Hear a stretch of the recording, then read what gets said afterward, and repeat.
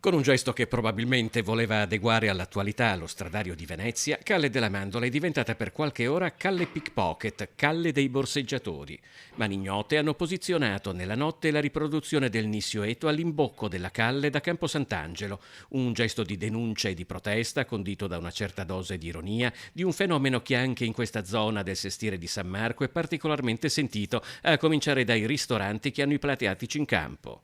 Abbiamo trovato dei portafogli e dei documenti, ovviamente tutto vuoto, buttato in mezzo ai tavoli. Non sarebbe una cattiva idea mettere magari delle cassettine dove poter buttare dentro eventualmente passaporti, documenti e quant'altro. Non è una cassetta come quella suggerita dal ristoratore, ma ha la stessa funzione questo pertugio tra una porta e una saracinesca che ci hanno segnalato i veneziani non distratti che a loro volta l'hanno segnalato alle forze dell'ordine. Siamo sempre nel sestiere di San Marco. A terra è pieno di portafogli e da alcuni sembrano uscire dei documenti. Portafogli evidentemente gettati qui una volta svuotati di contante e carte di credito. Queste persone cercano di riciclare le carte di credito, cioè nel senso vanno nei negozi spendendo con le carte di credito rubate.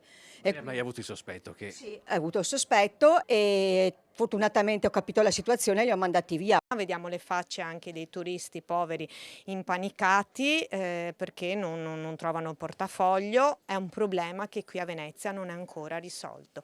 I vigili non si fanno vedere. Il Nissioeto Calle Pickpocket è stato rimosso in mattinata da polizia locale e vigili del fuoco. I pickpocket evidentemente ancora no. Monica Poli ci aggiorna sulla situazione in tempo reale. Stamattina ci hanno segnalato che i borseggiatori erano dalla stazione di Mestre, facevano via Righi e Vempa su e giù ed erano parecchie bande. In circa 15 minuti fa ne sono passati due verso l'Accademia e poi abbiamo parecchie segnalazioni bacino Orseolo. Spesso la toponomastica di Venezia racconta storie della città. Calle della Mandola si chiama così perché una volta si produceva un'acquavite alla mandorla e qui accanto c'è addirittura un Rio Terra degli Assassini, per cui intitolare una calle ai borseggiatori non sarebbe una scelta così singolare.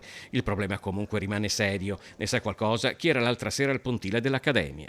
Attorno alle 20:30 circa, forse riconosciuti, erano una bella banda, hanno spruzzato lo spray al peperoncino dove la gente, c'è stato un fuggi-fuggi della gente, cioè stanno diventando sempre più aggressivi, soprattutto se riconosciuti.